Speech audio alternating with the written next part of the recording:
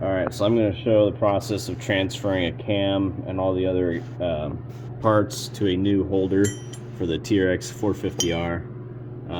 These rear threads always strip out if you over torque it too much, and then you got to do a Healy coil or some type of other crap. So I actually have a new cam as well. I'm going to eventually get a new head and then just have a set so that I can just flip-flop you know, in the off season or whatever, and then just kind of rebuild one on the side. So for now, yeah, I'm just gonna put this new cam in here and then transfer this stuff over, and then I'm not gonna record or anything, but I will be getting all new stuff, so I have two setups for swapping around for stuff. So all right, let's get into this. Okay, so the first step is there's this little circlip on here on this bolt you want to pop off. I just take a pick and I just get in between like where the gap is and just like pop it off. Now I'm gonna warn you, I don't know if these are supposed to be one-time use or what, but I had swapped this over once and this clip actually fell off.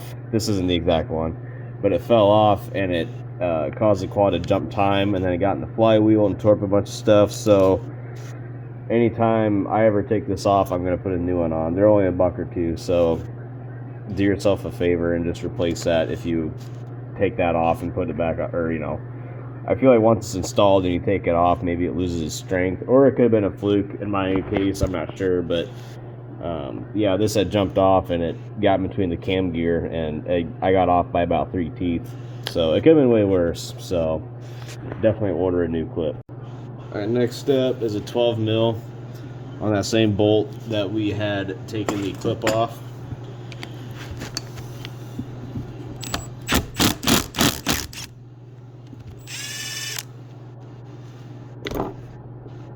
There's that, and then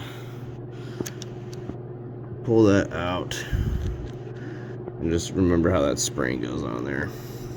So I'm gonna take that off, take this decompressor arm, slide it up out of there. I might actually have to take that out. Nope, I got to change. There we go. So there's that. And then when we reinstall that, I'll show you, but basically this and this kind of goes like in line, which, like I said, I'll show that later.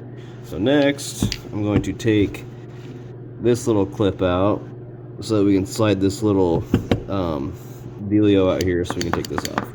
Alright, so for this clip, I'm going to take a pick. I'm going to pry up like that until it comes out. I'm not going to try to record this because I got to make sure. Actually, I might be able to do this. I just don't want it to go flying across the garage.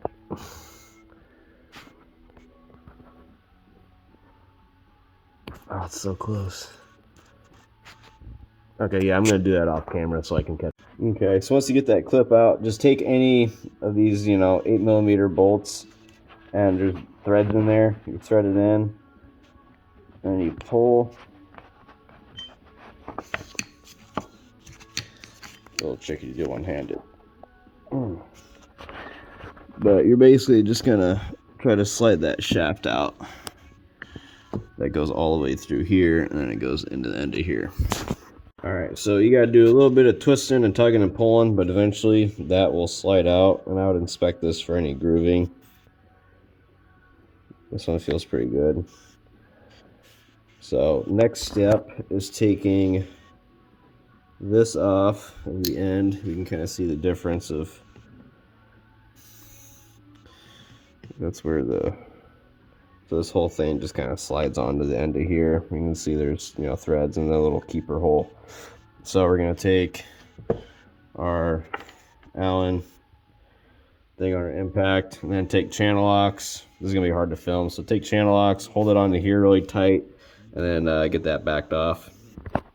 Alright, so you get that backed off there, and then keep that together, and then at this point, if you're reusing your cam, it might be a little tricky, but you gotta get a punch, I believe, and punch on the inside, because this is the inner race of the bearing right here. Punch that, and then it should slide out with the bearing, because as you see, the bearing's attached to the cam. Like I said, I'm not going to take this one out because I intend on rebuilding this one as a separate unit. So, but that's all you'd have to do because this just seats into the bearing. If you are swapping this over and you have a new bearing, like what I do, I have this in the freezer, the bearing, so I'm gonna go get that bearing and I'm gonna seat this in here now. All right, well, to get the bearing in, I just took a washer that's about the same size, and then I took a socket that I already lost. Where was that? I must have put it away. But anyway, I took a really big deep well socket with an extension and used that as a... Oh, it's right here. Literally right in front of my face. So I just did this and then just hammered that on there and then got it in there.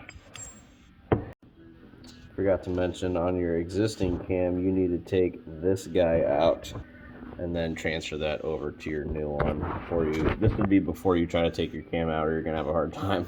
Alright, so once you transfer your new ring on there, I always take a punch like this and just tap on it just to double check that it's actually seated in there all the way.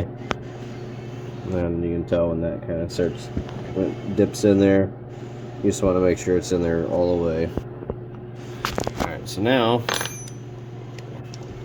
we're going to move on to simply, I'm going to put this back on first because that's kind of the reverse order deal. So we're going to put that back in the same way we took it out. Okay, so the hardest part about this whole process is probably getting this clip back in.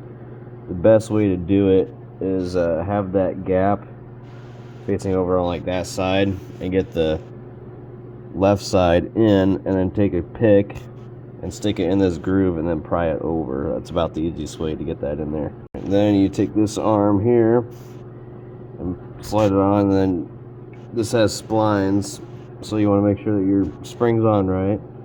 And then you want to make sure when you look at it that this is level with that arm, even though it's kind of straight, but it's kind of the best way to try to line it up, is make sure it's straight. Alright, so this bolt, you want to spray off with some degreaser and then make sure there's no oil in there, and then just do a small dot of Loctite, just a little bit. I don't know if that's if the manual calls for that or not, but I like to do that just to make sure.